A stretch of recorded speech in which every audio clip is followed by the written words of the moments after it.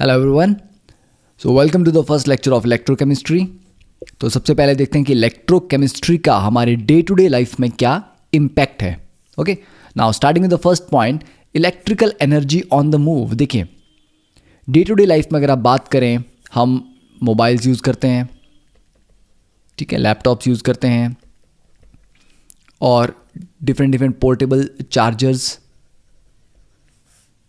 ठीक है, जिनको आप चार्जर बैक पैक या पावर पैक भी बोलते हो। ओके, तो ये सारी की सारी जो इक्विपमेंट्स है आज हमारी डे टू डे लाइफ में बहुत ज़्यादा इंपॉर्टेंट है। बिना मोबाइल को चार्ज किए आप घर से बाहर नहीं निकलते। लैपटॉप की बैटरी, जब आप लैपटॉप खरीदते हैं तो बहुत इंपॉर्टेंट डिसीजन ये है कि उसका बैटरी बैकअप कितना है। आपके पास पोर्टेबल चार्जर है तभी आप एक लॉन्ग वेकेशन प्लान कर सकते हो कि अगर आप सडनली आपको बीच में कहीं चार्जिंग फैसिलिटी नहीं मिलती है तो आप क्या करेंगे, you have to use a portable charger. तो ऑन द मूव अगर हम देखें तो आज हमारी इलेक्ट्रिकल एनर्जी की जो कंजम्पशन है वो इतनी ज़्यादा बढ़ चुकी है। पोर्टेबल स्पीकर्स हम यूज़ करते हैं, Bluetooth speakers and all that, ठीक है। तो ये सभी के सभी क्यों पॉसिबल है? Because of the cells. आपकी सारी डिवाइसेस है, मोबाइल के अंदर एक बैटरी है, बैटरी का जो मोड ऑफ ऑपरेशन है, बैटरी कैसे बनती है, वो कैसे काम करती है, that is studied under electrochemistry. तो इलेक्ट्रोकेमिस्ट्री में ही हम बैटरीज को पढ़ते हैं, समझते हैं और नई इम्प्रूव्ड बैटरीज बनाते हैं, ठीक है। तो ये आपका जो सॉल्यूशन है इलेक्ट्रिकल एनर्जी का, ये इलेक्ट्रोकेमिस्ट्री को पढ़ने से ही मिलेगा। Second is electrolysis of water. तो आपने एक रिएक्शन कभी पढ़ा होगा जूनियर क्लासेस में, 2H2O gives you 2H2 plus O2, ठीक है। यहाँ पर क्या हम करते हैं, इलेक्ट्रिसिटी पास करते हैं। तो इलेक्ट्रिसिटी पास करके हम वाटर मॉलिक्यूल्स को H2 और O2 गैस में ब्रेक करते हैं। तो ये जो रिएक्शन है इलेक्ट्रोलाइसिस ऑफ वाटर, ये भी किससे स्टडी किया जाता है? इलेक्ट्रोकेमिस्ट्री में, क्योंकि आप इलेक्ट्रिसिटी पास कर रहे हो। और क्यों ये डिकम्पोज हुआ, क्या रीज़न है उसके लिए, ठीक है, या कितनी H2 और कितना O2 आपको मिलेगा अगर आप एक particular amount of current pass करते हैं, that is all solved under electrochemistry. तो इलेक्ट्रोलाइसिस ऑफ वाटर को पढ़ने के लिए आपको इलेक्ट्रोकेमिस्ट्री का नॉलेज होना चाहिए। थर्ड पॉइंट अगर हम देखें, lead storage batteries of your car. तो पुरानी जो कार्स हैं उनमें जो बैटरी होती थी that was called lead storage battery, जिसको आप टाइम टू टाइम चार्ज करवाते थे, ठीक है। तो इसमें इट रिक्वायर्ड चार्जिंग, कि जब भी आपकी कार या बाइक सर्विसिंग के लिए जा रही है तो बैटरी चार्ज करते थे।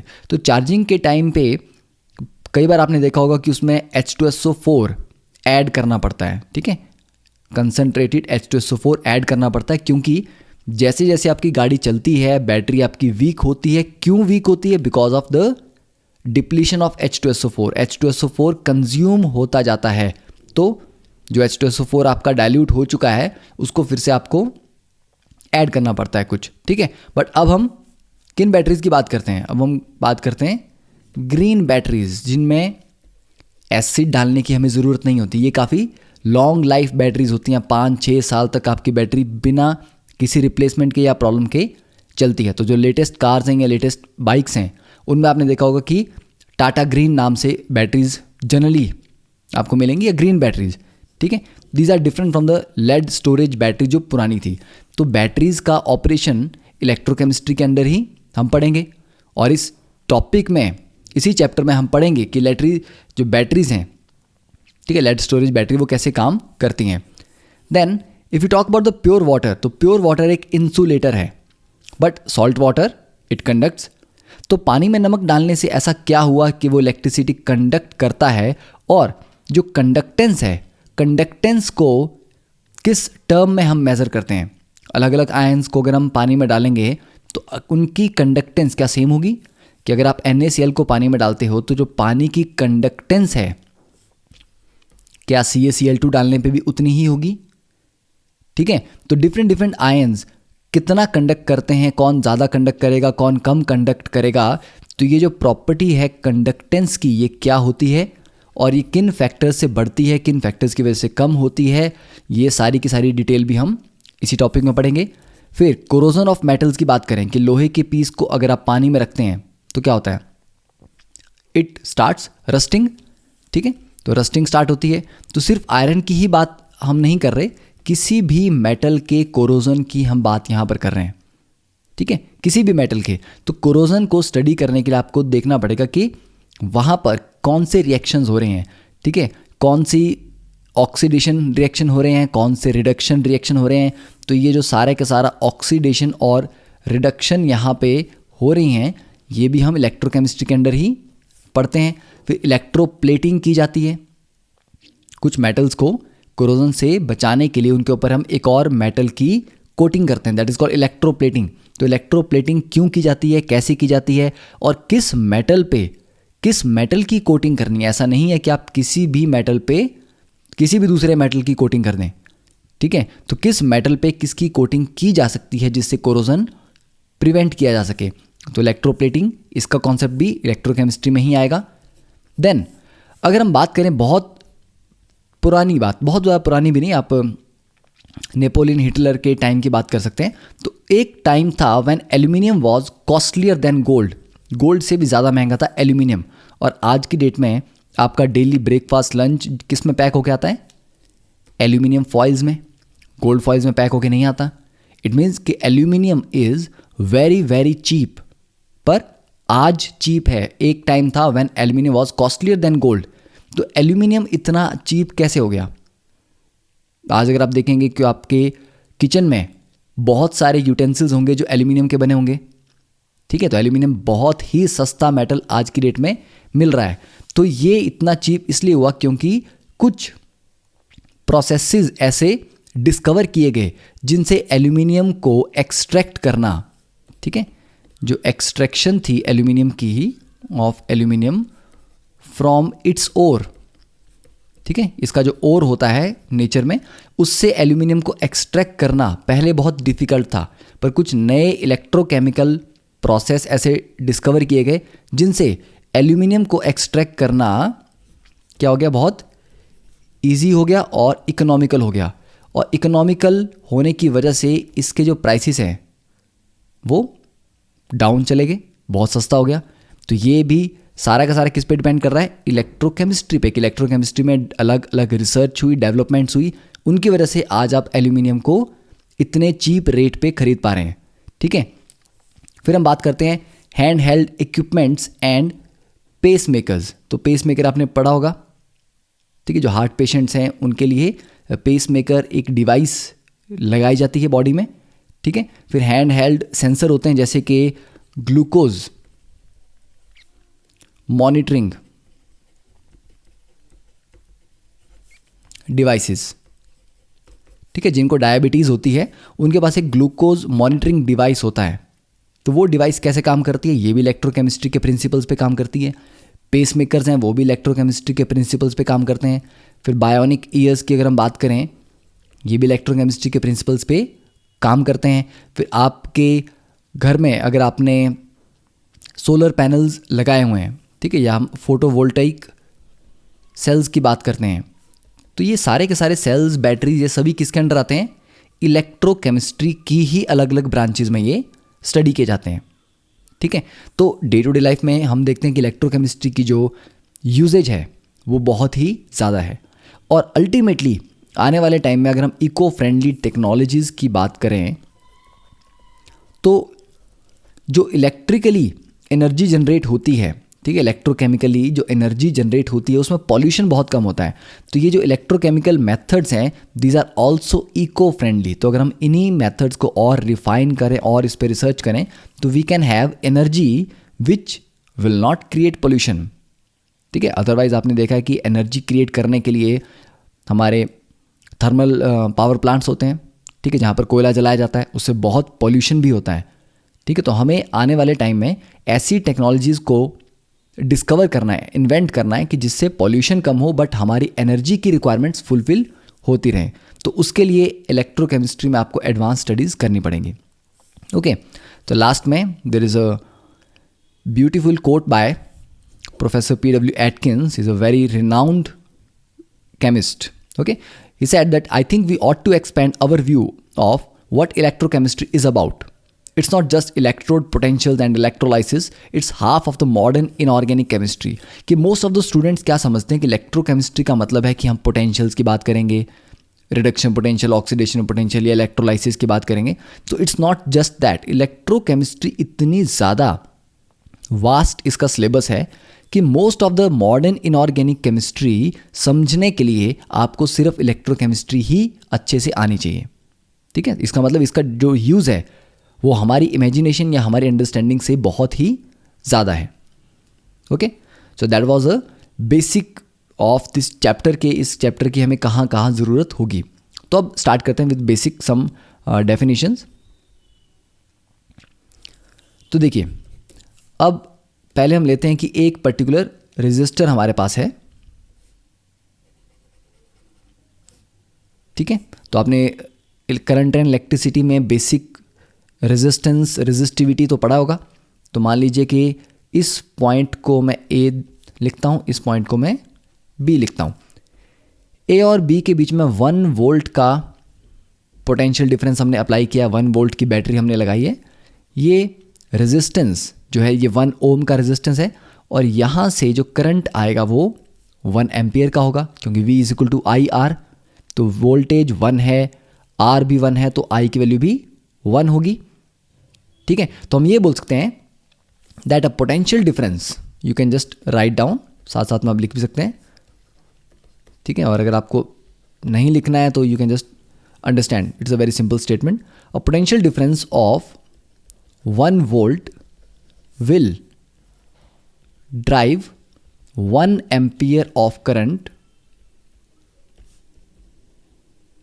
through 1 ohm of resistance expanding,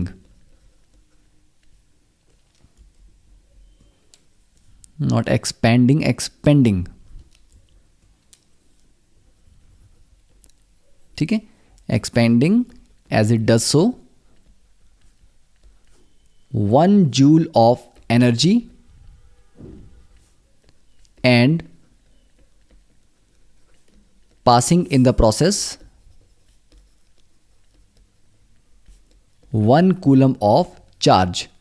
तो ये एक बहुत ही बेसिक डेफिनेशन है कि अगर हम 1 वोल्ट का पोटेंशियल डिफरेंस किन्हीं 2 पॉइंट्स के बीच में लगाते हैं, जिनके बीच में कितना है रेजिस्टेंस, 1 ओम, तो 1 वोल्ट का पोटेंशियल डिफरेंस 1 ओम के रेजिस्टेंस के अक्रॉस 1 एम्पियर का करंट प्रोवाइड करता है, और इस प्रोसेस में ये 1 जूल ऑफ एनर्जी स्पेंड करता है, मतलब कंज्यूम करेगा, and passing in the process 1 coulomb of charge. तो इस प्रोसेस में कितना चार्ज पास हुआ, 1 coulomb. Okay, so this is a good definition कि किसी भी जब कंडक्टर में करंट पास होता है तो होता क्या है, कितनी एनर्जी स्पेंड की जाती है, कितना चार्ज पास हो रहा है। ठीक है, क्या वो पोटेंशियल डिफरेंस है और कितना रेजिस्टेंस हमने लगाया है। ओके, तो अब देखते हैं कि what is the definition of electrochemistry. तो इलेक्ट्रोकेमिस्ट्री होती क्या है, you can just write down that definition, it is important. तो electrochemistry is the branch of chemistry concerned with the interconversion of chemical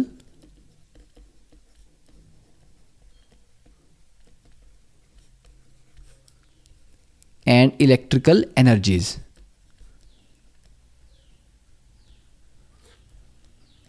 ठीक है, तो क्या इसका मतलब हुआ कि इलेक्ट्रोकेमिस्ट्री केमिस्ट्री की वो ब्रांच है जो केमिकल और इलेक्ट्रिकल एनर्जी की इंटर कन्वर्जन को स्टडी करती है, कि केमिकल एनर्जी को आप इलेक्ट्रिकल में कन्वर्ट कर दो या इलेक्ट्रिकल को आप केमिकल में कन्वर्ट कर दो। तो इन दोनों प्रोसेस को स्टडी करने वाली जो ब्रांच है केमिस्ट्री की, दैट इज कॉल्ड इलेक्ट्रोकेमिस्ट्री। ठीक है, तो इलेक्ट्रोकेमिस्ट्री का थोड़ा सा हम हिस्ट्री में जाते हैं। ठीक है, कि बेसिकली स्टार्ट कहाँ से हुई थी ये डेवलपमेंट। तो 1793 में Alessandro Volta, he discovered that electricity could be produced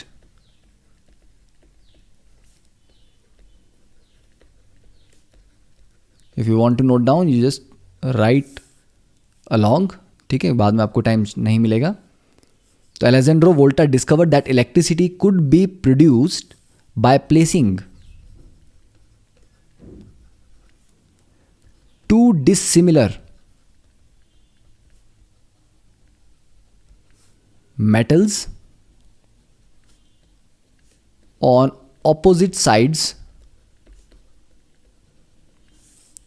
of a moistened paper. ठीक है, कि आप एक मॉइस्ट पेपर या मॉइस्टन पेपर ले लें, ठीक है, गीला पेपर, इसके दोनों साइड, ए साइड में आप एक मेटल की स्ट्रिप लगा दें और दूसरे साइड में आप बी मेटल की स्ट्रिप लगा दें, तो ए और बी मेटल के बीच में इलेक्ट्रिसिटी पास करेगी। तो हमने किया क्या, दो मेटल की स्ट्रिप्स ली, ठीक है, मान लीजिए ये आपका मेटल ए है, ये आपका मेटल बी है, इन दोनों के बीच में क्या था, मॉइस्टन्ड पेपर, ठीक है, गीला किया हुआ पेपर। तो अगर आप इन दोनों ए और बी मेटल की स्ट्रिप्स के बीच में ये पेपर रखते हैं तो इन दोनों के बीच में इलेक्ट्रिसिटी प्रोड्यूस होगी, फ्लो करेगी। तो ये उसने डिस्कवर किया था 1793 में, ठीक है। फिर उसके बाद क्या डिस्कवरी हुई, 1800 में Nicholson and Carlisle showed that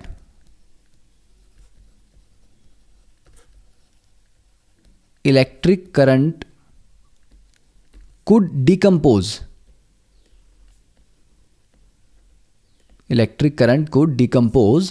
water into O2 and H2।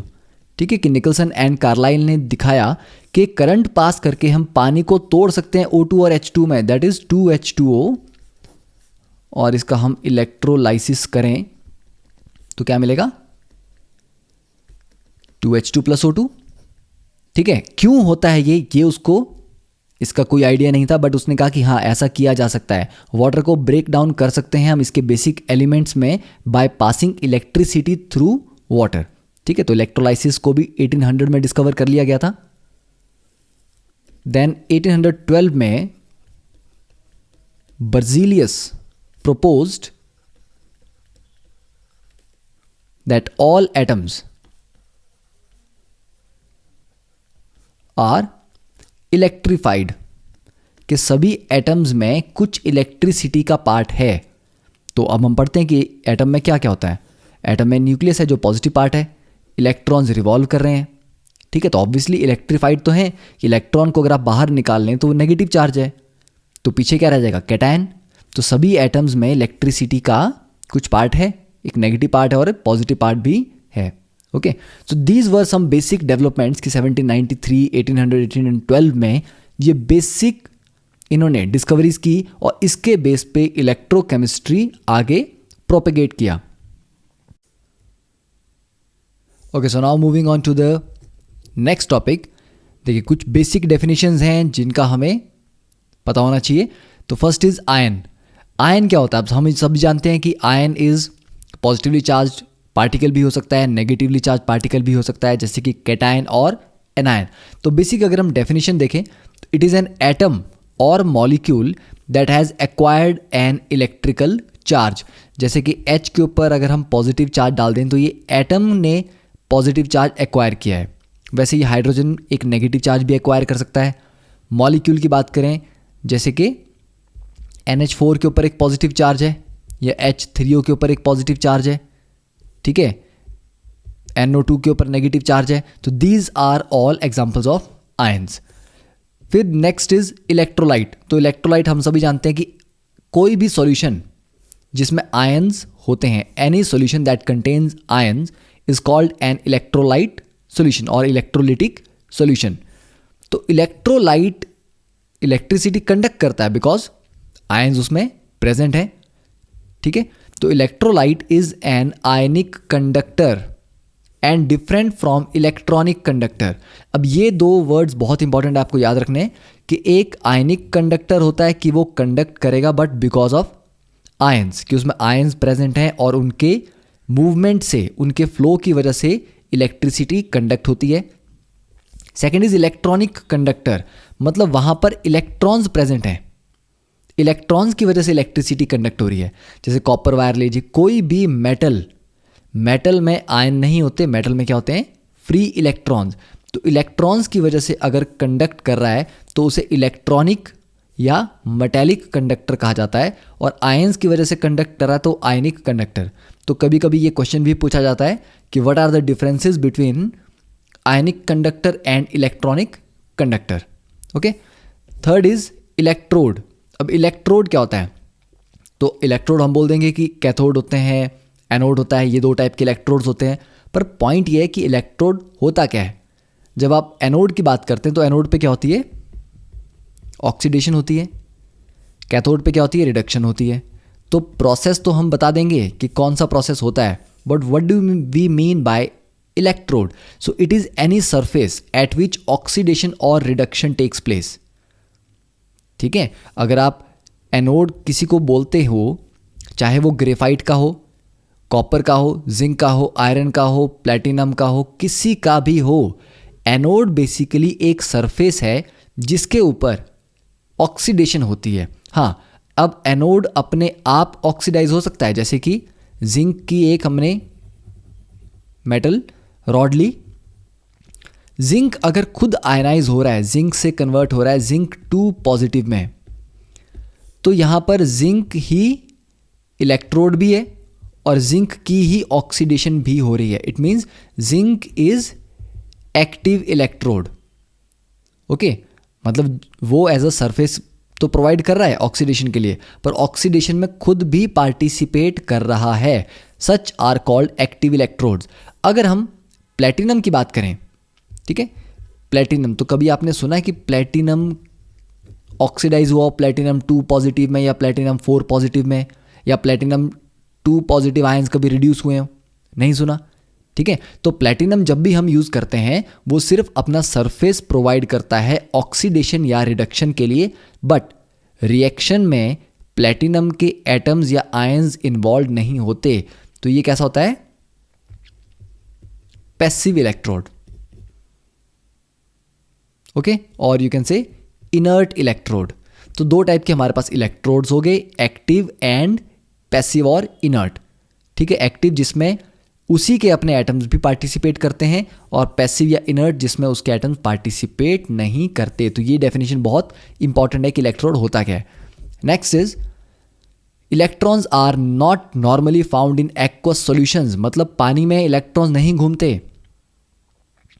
ठीक है, ये बहुत इंपॉर्टेंट पॉइंट है कि कोई भी मेटल, जैसे कि अभी हमने देखा यहां पर कि जिंक 2 पॉजिटिव में कन्वर्ट होकर 2 इलेक्ट्रॉन छोड़ रहा है। ये 2 इलेक्ट्रॉन कहाँ जाएंगे, ये 2 इलेक्ट्रॉन रहेंगे इस मेटल पे, जिंक पे ही रहेंगे। ठीक है, ये पानी में नहीं जाते। तो ये बहुत इंपॉर्टेंट पॉइंट है कि electrons are not normally found in aqueous solutions because वो इतने रिएक्टिव होते हैं कि वो पानी के साथ रिएक्ट कर जाएंगे। ठीक है, इसलिए वो किस पे रहते हैं, they move through electronic conductor, मतलब वो मेटल्स पे ही रहते हैं। ठीक है, but ions are quite stable in aqueous solution. पानी में आपको आयंस इजीली मिलेंगे, जिंक 2 पॉजिटिव, कॉपर 2 पॉजिटिव, कोई भी आयन हो, and can carry charge as they move through it. तो पानी में वो चार्ज कैरी करते हैं और उनके मोशन से करंट जनरेट होता है। ठीक है, इलेक्ट्रिसिटी फ्लो करती है। ओके, तो ये डेफिनेशन काफ़ी इंपॉर्टेंट है। अब आई थिंक आपने नोट डाउन करना होगा, तो you can just pause the video hair and note down the definitions. ठीक है, basic definitions. So now we move to the next main topic, that is placing a zinc rod in water. तो अभी तक आपने books में directly देखा होगा कि जिंक को आप जिंक सल्फेट में रखते हैं ZnSO4 के सॉल्यूशन में। पर अगर मैं आपसे कहूँ कि ये हमारे पास ब्राउन कलर की जो है ये बेसिकली जिंक रॉड है। ठीक है, मान लीजिए उसका कलर ब्राउन नहीं होता बट स्टिल। ठीक है, तो this is the zinc rod, this is H2O। अब पानी में अगर जिंक रॉड को रखेंगे तो क्या आपको लगता है कि जिंक ऑक्सीडाइज होगा, कुछ यहां पर रिएक्शन होगा? लगता है आपको कि पानी में जिंक रॉड डालने से कुछ होता है? तो मोस्ट ऑफ द स्टूडेंट्स बोलेंगे कि पानी में जिंक रॉड डालने से कोई भी रिएक्शन नहीं होता है। ठीक है, you are almost correct, almost. ठीक है, क्योंकि रिएक्शन तो होता है, zinc solid converts to zinc 2 positive और ये पानी में जाएगा तो एक्वस प्लस 2 इलेक्ट्रॉन्स। बट ये रिएक्शन इतना कम होता है कि जिंक 2 पॉजिटिव की जो कंसंट्रेशन है दैट इज अप्रॉक्सीमेटली 10⁻⁻10 मोलर। ठीक है, तो आप बोल सकते हो कि ऑलमोस्ट हुआ ही नहीं। अब क्यों नहीं हुआ, व्हाट आर द रीजंस? ठीक है, अब रीज़न देखने से पहले अब ये चीज़ देख लीजिए कि जिंक 2 पॉजिटिव तो यहाँ से चला जाएगा सॉल्यूशन में, पर 2 इलेक्ट्रॉन्स रह जाएंगे किस पे? मेटल पे, क्योंकि इलेक्ट्रॉन्स कभी भी पानी में नहीं जाते। तो these 2 electrons are left on the metal, और मेटल पे इलेक्ट्रॉन्स रहेंगे तो मेटल पे चार्ज कैसा आएगा? To make it negatively charged. Okay, अब जिंक 2 पॉजिटिव किस में जाएगा? Go into the solution. तो जिंक 2 पॉजिटिव सॉल्यूशन में जाएंगे और सॉल्यूशन को कैसा करेंगे? To make it positively charged. ठीक है, तो ये आपने याद रखना है कि जिंक रॉड को अगर पानी में डालेंगे तब भी वो आयनाइज होता है, बट ये आयनाइजेशन ऑलमोस्ट निग्लिजिबल होती है। ओके, अब इसके पीछे रीजन क्या है? The reason is the electroneutrality principle. This buildup of charge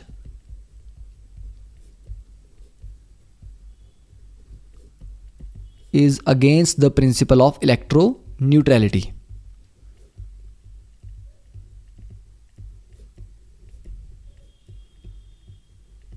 ठीक है, आपने ये वर्ड आई डोंट थिंक कि अपनी बुक्स में पढ़ा होगा। सो इट्स नॉट दैट कि हम कुछ आउट ऑफ सिलेबस पढ़ रहे हैं, बट हम बहुत बेसिक कॉन्सेप्ट्स पढ़ रहे हैं, ठीक है, जिनकी ज़रूरत होगी अगर आपको चैप्टर को समझना है।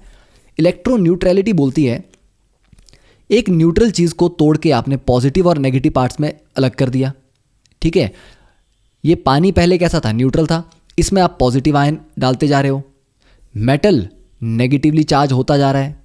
ठीक है, तो इलेक्ट्रोन्यूट्रलिटी प्रिंसिपल बोलती है कि कोई भी चीज़ अपनी न्यूट्रलिटी को मेंटेन करना चाहती है, तो अगर न्यूट्रल चीज़ को तोड़ के आप पॉजिटिव और नेगेटिव पार्ट्स अलग अलग कर रहे हो तो उसमें कुछ अमाउंट ऑफ एनर्जी तो लगेगी। वो एनर्जी कहाँ से आएगी? किसी भी प्रोसेस में एनर्जी अगर कंज्यूम ही हो रही है तो वो जनरली स्पॉन्टेनियस नहीं होता जनरली। ठीक है, तो मतलब इलेक्ट्रोन्यूट्रलिटी प्रिंसिपल ऐसे किसी भी प्रोसेस को अपोज करता है, उसको नहीं होने देता, जिसकी वजह से सिर्फ चार्ज बिल्डअप हो रहा हो कि सॉल्यूशन पॉजिटिवली चार्ज होता जा रहा है, मेटल नेगेटिवली चार्ज होता जा रहा है। ठीक है, तो इसीलिए थोड़ा सा रिएक्शन होता है, उसके बाद ये रुक जाता है। अब ये थोड़ा सा रिएक्शन भी क्यों होता है? आप बोलेंगे कि थोड़ा भी क्यों हो रहा है? थोड़ा इसलिए हो रहा है क्योंकि जब भी 2 डिफरेंट सरफेस आपस में कांटेक्ट में आते हैं, कोई भी 2 डिफरेंट सरफेस, ठीक है, उन दोनों के नेचर डिफरेंट होती है। आप अगर हाथ भी अपना टेबल पे रखते हो, किसी मेटल की शीट के ऊपर हाथ रखते हो, तो आपके स्किन के सरफेस में और जिस सरफेस पे आप हाथ रख रहे हो उन दोनों की क्योंकि नेचर डिफरेंट है, तो उनके बीच में कुछ इंटरेक्शन होगी जिसकी वजह से कुछ इलेक्ट्रॉन्स का एक्सचेंज होगा। तो जब भी 2 डिफरेंट सरफेस आपस में कांटेक्ट में आते हैं तो उन सरफेस की अपनी कुछ प्रॉपर्टीज है, इलेक्ट्रोपोटेंशियल वैल्यूज होती हैं, उनकी डिफरेंस की वजह से उनके बीच में कुछ इलेक्ट्रॉन्स का एक्सचेंज होता ही है, पर वो एक्सचेंज थोड़ी देर के बाद रुक जाएगा क्योंकि इलेक्ट्रोन्यूट्रलिटी प्रिंसिपल इसको आगे नहीं जाने देगी। ठीक है, तो ये हो गया क्लियर। अब सिंपल पार्ट पे आ जाते हैं कि जिंक को हमने किस में डालना है। अब हम डालेंगे जिंक को सिंपल ZnSO4 में।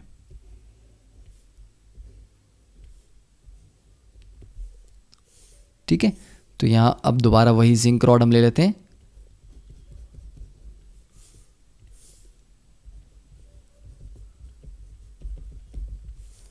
तो अब ये जो सॉल्यूशन है ये जिंक सल्फेट का सॉल्यूशन है, aqueous. This is zinc rod. Okay, तो अब अगर जिंक को हम जिंक सल्फेट के सॉल्यूशन में डालेंगे तब क्या होता है? तब भी आप बोलोगे कि जिंक किस में कन्वर्ट होगा? जिंक 2 पॉजिटिव में और 2 इलेक्ट्रॉन रिलीज करेगा।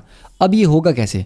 तो इसको अगर हम माइक्रोस्कोपिक व्यू इसका अगर आप देखते हैं, ठीक है, तो माइक्रोस्कोपिक लेवल पे क्या होता है?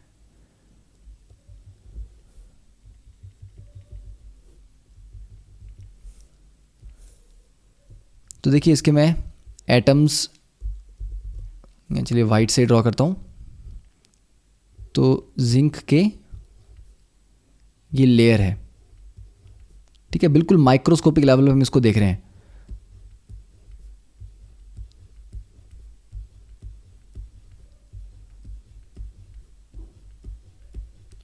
ओके, तो यहाँ पर लेफ्ट में भी ये ऐसे ऐसे एटम चलते जाएंगे, मतलब ये वाला जो एरिया है, ये एरिया जहाँ पर मेटल और पानी आपस में कांटेक्ट में है, वो ये एरिया है, ठीक है, इंटरफेस। कौन सा इंटरफेस? मेटल और पानी वाला। तो यहाँ पर राइट साइड में आपके वाटर है और ये आपका जिंक मेटल है। तो जिंक मेटल का जब एक एटम आयनाइज होगा तो क्या होगा? ये मान लीजिए ये वाला एटम तो था, ये आयनाइज होके बाहर आ गया, ठीक है। तो जब ये आयनाइज होके बाहर आएगा तो यहाँ पर क्या हो जाएगा? स्पेस खाली हो जाएगा और ये बाहर, अब इसको लिख सकते हो कि ये आ गया आपका जिंक 2 पॉजिटिव। तो this is your zinc 2 positive ion. यहाँ पर इसकी जगह क्या रह जाएगा? इलेक्ट्रॉन्स तो मैंने आपको कहा कभी भी पानी में नहीं आते, तो इसकी जगह पे यहाँ पर 2 इलेक्ट्रॉन रह जाएंगे, ठीक है। वैसे ही एक और मान लीजिए, एक और ये वाला एटम भी आयनाइज हो गया, तो आयनाइज होने के बाद भी क्या होगा? यहाँ पर 2 इलेक्ट्रॉन रह जाएंगे और एक और जिंक 2 पॉजिटिव हमें मिल जाएगा, ठीक है। तो इस तरह से जो मेटल है जिंक रॉड के ऊपर कैसा चार्ज आता जाएगा, अगर आप अल्टीमेटली ऑब्जर्व करेंगे इसको, तो इसके ऊपर नेगेटिव चार्ज इकट्ठा होता जा रहा है क्योंकि इलेक्ट्रॉन्स इसके ऊपर एक्यूमुलेट होते जा रहे हैं। और सॉल्यूशन में क्या जाता है? Zinc 2 positive. तो सॉल्यूशन पे कौन सा चार्ज आ रहा है? पॉजिटिव चार्ज, ठीक है। तो जिंक, क्योंकि रॉड के दोनों तरफ पानी है तो दोनों तरफ क्या होगा? पॉजिटिव चार्ज आ जाएगा, ठीक है। अब ये एक क्या बन गया? इस मेटल रॉड के दोनों तरफ ऑपोजिट चार्ज है, ठीक है। तो एक इलेक्ट्रिक डबल लेयर बन गई। आपने फिजिक्स में पढ़ा होगा कैपेसिटेंस में कि इलेक्ट्रिकल डबल लेयर का कॉन्सेप्ट यहां पर आ गया है, ठीक है। तो इस इलेक्ट्रिकल जो डबल लेयर है यहां पर क्या डेवलप होगा? अ पोटेंशियल डिफरेंस,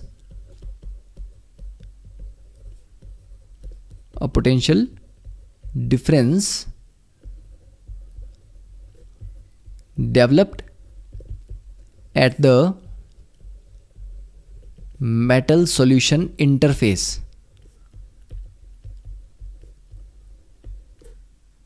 ठीक है, is called as or known as electrode potential, ठीक है। तो जो आप अब तक वर्ड पढ़ते आए हैं इलेक्ट्रोड पोटेंशियल, वो क्या होता है? जिंक पानी में गया, जिंक 2 पॉजिटिव, तो पानी में पॉजिटिव चार्ज आ गए, जिंक पे इलेक्ट्रॉन रह गए तो उसके ऊपर नेगेटिव चार्ज आ गया, तो ये मेटल होगी नेगेटिवली चार्ज, आसपास हो गया पॉजिटिव चार्ज। तो इस इंटरफेस पे देखें तो राइट साइड में पॉजिटिव है, लेफ्ट साइड में नेगेटिव है, तो इस पे जो पोटेंशियल डिफरेंस आएगा, क्योंकि पॉजिटिव नेगेटिव चार्ज के बीच में क्या होता है? एक पोटेंशियल डिफरेंस आ जाता है हमेशा।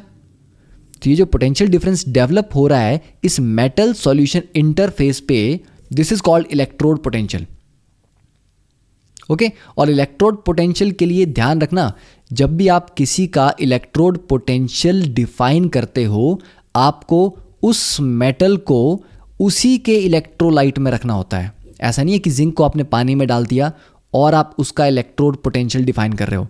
आपको जिंक को जिंक सल्फेट में रखना पड़ेगा, कॉपर है तो कॉपर सल्फेट में उसको रखना पड़ेगा, आयरन है तो आयरन सल्फेट में रखना पड़ेगा, ठीक है।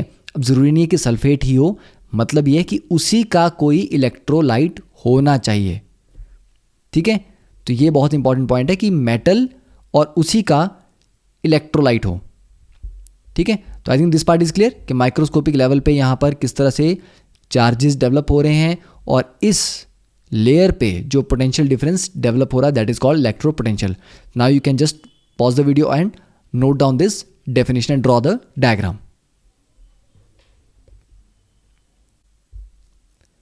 Okay, so now you have already noted it down. अब देखते हैं नेक्स्ट पॉइंट।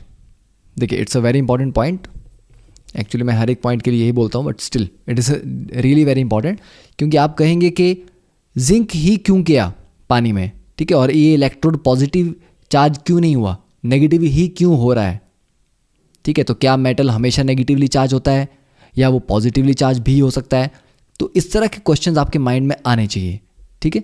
तो इनके लिए आंसर क्या है, देखिए, at each electrode electrolyte interface, ये आपका मेटल है, राइट साइड में हमारे पास क्या है, इलेक्ट्रोलाइट, ठीक है। तो राइट साइड में हमारा इलेक्ट्रोलाइट है, एक्वा सॉल्यूशन होगा, और ये हमारी मेटल की रॉड है। अब there is a tendency of metal ions from the solution, मान लीजिए हम बात कर रहे हैं, ये मेटल M है, सॉल्यूशन में M2 पॉजिटिव आयंस हैं।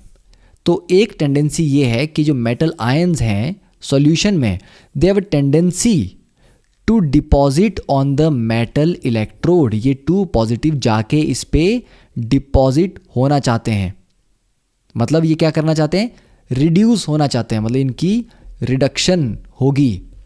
अगर M2 पॉजिटिव जाके चिपक जाएगा इस मेटल पे, तो मेटल पे क्या चार्ज आएगा, पॉजिटिव चार्ज, क्योंकि पॉजिटिव पॉजिटिव सारे इकट्ठे होकर उसके ऊपर डिपॉजिट हो रहे हैं। तो they try to make this positively charge, ठीक है। तो आयंस की टेंडेंसी होती है कि मेटल पे जाके उस इलेक्ट्रोड को पॉजिटिवली चार्ज करें, ठीक है। But at the same time metal atoms of the electrode के जो एटम्स हैं, they have a tendency to go into the solution, ठीक है। कि यहां जो M है, ये M बाहर जाना चाहता है M2 पॉजिटिव में, तो इसकी भी टेंडेंसी है, और इसकी टेंडेंसी को क्या बोलेंगे, ऑक्सीडेशन, ओके। तो अगर M बाहर जाता है M2 पॉजिटिव में, तो पीछे क्या छोड़ के जाएगा, 2 electrons, okay. So they leave behind the electrons at the electrode, trying to make it not positively charge, negatively charge, ठीक है। तो नेगेटिव करने की ट्राई करेगा। तो दोनों टेंडेंसीज हैं। तो मेटल आयन जो इलेक्ट्रोड पे डिपॉजिट होना चाहते हैं, वो इलेक्ट्रोड को पॉजिटिव बनाना चाहते हैं, और मेटल जो अपने आयन में ऑक्सीडाइज होना चाहता है, वो इसको इलेक्ट्रोड को नेगेटिव बनाना चाहता है। तो दोनों टेंडेंसीज हैं, ठीक है। तो एट इक्विलिब्रियम, जब इक्विलिब्रियम आ जाता है सिस्टम में, तो there is a separation of charges, कुछ तो होगा, या तो रिडक्शन वाला प्रोसेस ज़्यादा हुआ होगा या ऑक्सीडेशन ज़्यादा हुई होगी, ठीक है। तो there is a separation of charge, कि या तो इलेक्ट्रोड पे पॉजिटिव चार्ज आ चुका होगा या नेगेटिव आ चुका होगा। अब ये किस पे डिपेंड करता है, depending on the tendencies of the 2 opposing reactions, कि ज़्यादा मेटल आयन इसके ऊपर डिपॉजिट हो रहे हैं या मेटल से ये मेटल आयन ज़्यादा बना रहा है। तो कौन सा ज़्यादा है, उसके बेस पे डिसाइड होगा कि इलेक्ट्रोड पे पॉजिटिव चार्ज आया या नेगेटिव चार्ज आया। तो ये पैराग्राफ बहुत इंपॉर्टेंट था। तो इससे आपको समझ आना चाहिए कि the metal electrode may acquire positive or negative charge, okay, based on different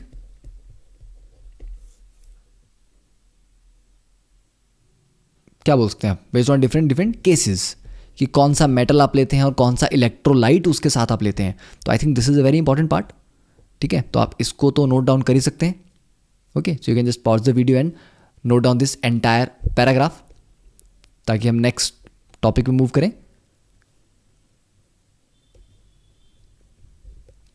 तो अब देखिए, नाउ नेक्स्ट टॉपिक इज, अब हमने समझ लिया कि मेटल क्यों पानी में जाएगा या पानी में नहीं जाएगा, तो दोनों के रीजन क्या हैं, ओके।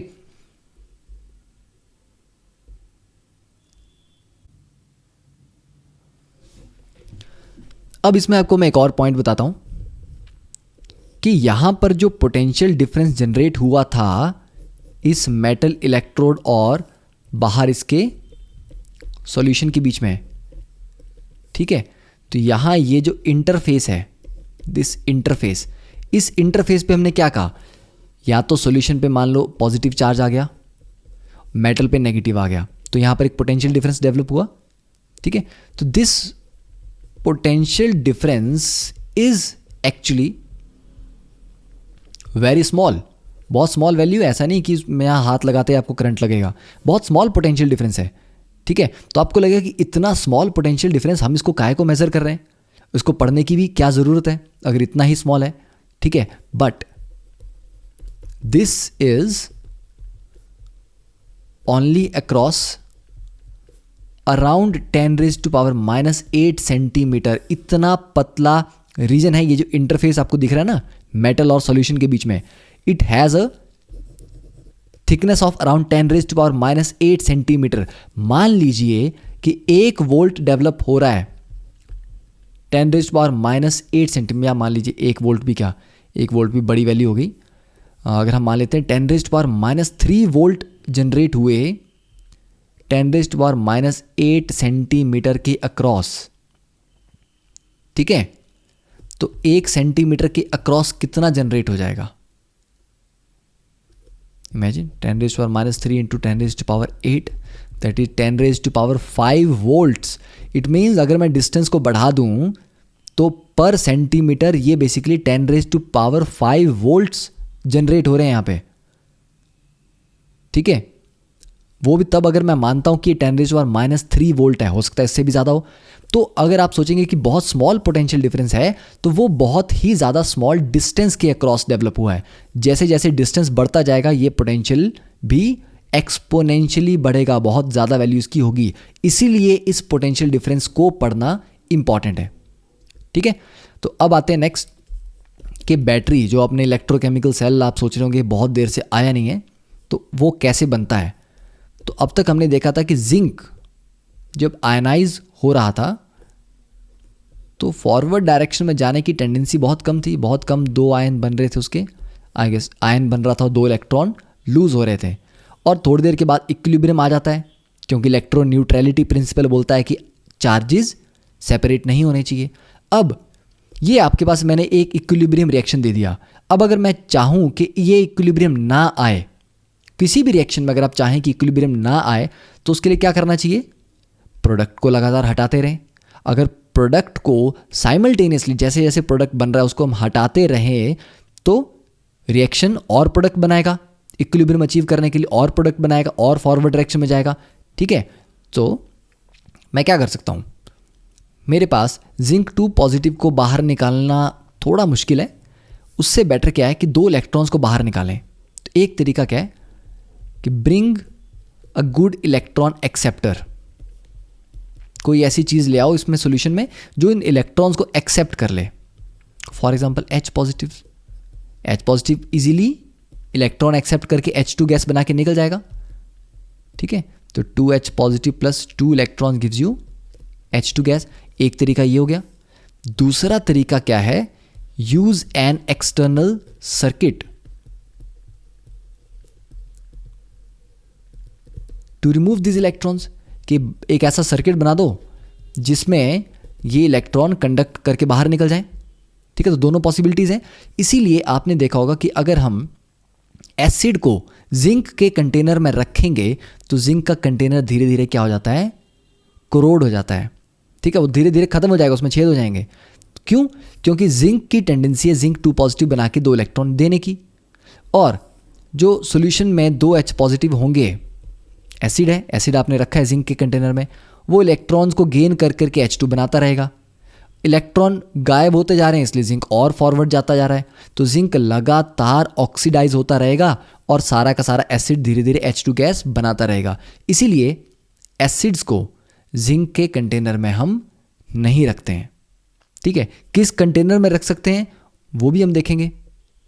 ठीक है, इलेक्ट्रोकेमिकल सीरीज जब हम पढ़ेंगे तो ये आपको क्लियर हो गया कि 2 इलेक्ट्रॉन्स को निकालना है। अगर हम इनको निकालते रहें तो रिएक्शन फॉरवर्ड ही जाता जाएगा, और अगर रिएक्शन फॉरवर्ड जाता गया तो आपका सेल बन जाएगा। ये तो हम चाहते हैं कि रिएक्शन फॉरवर्ड होता रहे। ठीक है, तो हमें जो ऑप्शन अच्छी लगेगी that is this one, second option, use an external circuit to remove this electrons. तो हम एक एक्सटर्नल सर्किट बनाएंगे जिससे इन इलेक्ट्रॉन्स को हम सिस्टम से बाहर निकाल सकें। ठीक है, तो दैट इज द बेसिस। तो that is sufficient for this lecture. So in the next lecture we will start with the construction and the classification of electrochemical cells के कितनी कितनी तरह के इलेक्ट्रोकेमिकल सेल्स होते हैं और पर्टिकुलरली गैल्वेनिक सेल और इलेक्ट्रोलिटिक सेल की कंस्ट्रक्शन कैसे की जाती है। Okay, so thank you, have a nice day.